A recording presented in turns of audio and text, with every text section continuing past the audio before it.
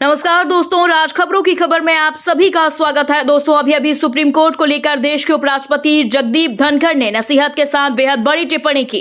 जी हां दोस्तों, मुख्यमंत्री अरविंद केजरीवाल को जमानत देते वक्त डबल बेंच के द्वारा की गई टिप्पणी पर उपराष्ट्रपति ने ऐतराज जताकर सुप्रीम कोर्ट के जजों को नसीहत दे डाली है। कहा गया है कि निर्वाचन आयोग तथा सीबीआई, ईडी यानी प्रवर्तन निर्देशालय, जांच एजेंसियों सहित सभी केंद्रीय संस्थाएं कठिन परिस्थितियों में अपना कर्तव्य निभाती हैं और सुप्रीम कोर्ट की एक टिप्पणी उन्हें हतोत्साहित कर सकती है। दोस्तों, उपराष्ट्रपति जगदीप धनखड़ यही नहीं रुके, उन्होंने यह भी कहा कि किसी को भी देश के संस्थानों के बारे में अत्यंत सचेत रहना होगा, जो मजबूत हैं और उचित नियंत्रण और संतुलन के साथ कानून के शासन के तहत स्वतंत्र रूप से काम कर रहे हैं।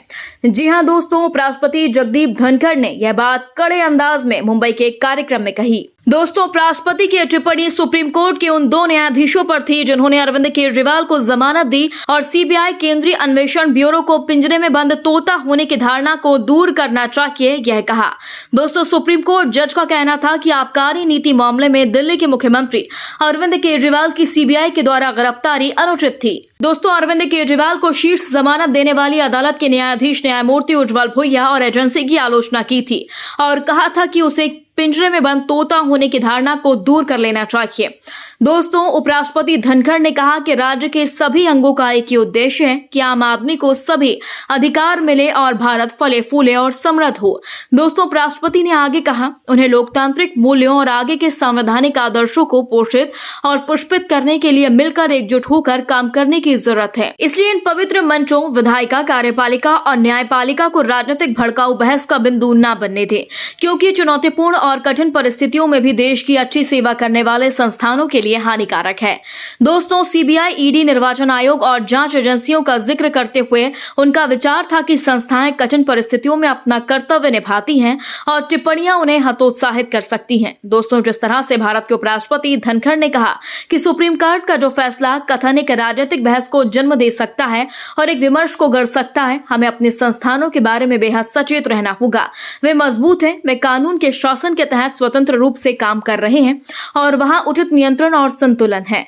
जिसके बाद उपराष्ट्रपति पर राजनीतिक हमलों की मानो बौछार सी आ गई। जी हां दोस्तों, उपराष्ट्रपति जगदीप धनखड़ ने राहुल गांधी पर जो टिप्पणी की, हमले किए, उसको लेकर सोमवार को उन पर निशाना साधा गया और कहा गया कि उपराष्ट्रपति का पद दलगत राजनीति से कहीं ज्यादा ऊपर होता है। भारत के माननीय बीजेपी नेता जगदीप धनखड़ जी उपराष्ट्रपति बनकर भी बीजेपी और मोदी की भाषा ही बोलते रहते हैं, जो संविधान और भीमराव अंबेडकर का उल्लंघन है।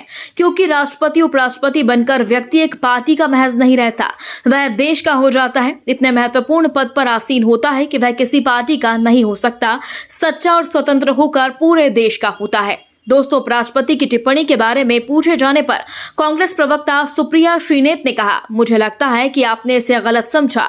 जगदीप धनखड़ विदेश में देश को बदनाम करने के लिए एक नेता की आलोचना कर रहे हैं। उनका मतलब प्रधानमंत्री नरेंद्र मोदी जी से है। मुझे लगता है कि वह मोदी जी को आईना दिखा रहे हैं, जो चीन गए और कहा कि जो लोग 2014 से पहले पैदा हुए थे वे अपने भाग्य के बारे में विलाप करते थे। दोस्तों, उन्होंने आरोप लगाया कि प्रधानमंत्री मोदी ने दक्षिण कोरिया, कनाडा, अमेरिका, ब्रिटेन में भी कई ऐसी टिप्पणियां की थी।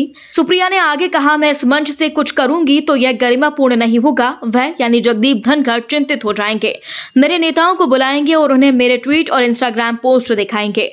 उनका यह भी कहना था कि उपराष्ट्रपति का पद दलगत नहीं होता, जो एक व्यक्ति इस पर आसीन होता है वह किसी पार्टी विशेष का नहीं होता। दोस्तों, उपराष्ट्रपति जगदीप धनखड़ ने जिस तरह से सुप्रीम कोर्ट पर टिप्पणी की और इसके बाद राहुल गांधी पर भी टिप्पणी की, उपराष्ट्रपति जगदीप धनखड़ के इस कटाक्ष पर आपका क्या कहना है, कमेंट बॉक्स में हमें जरूर बताएं। यदि आपने अभी तक हमारे चैनल को सब्सक्राइब नहीं किया तो प्लीज बेल आइकन दबाकर अभी हमारे चैनल को सब्सक्राइब करें।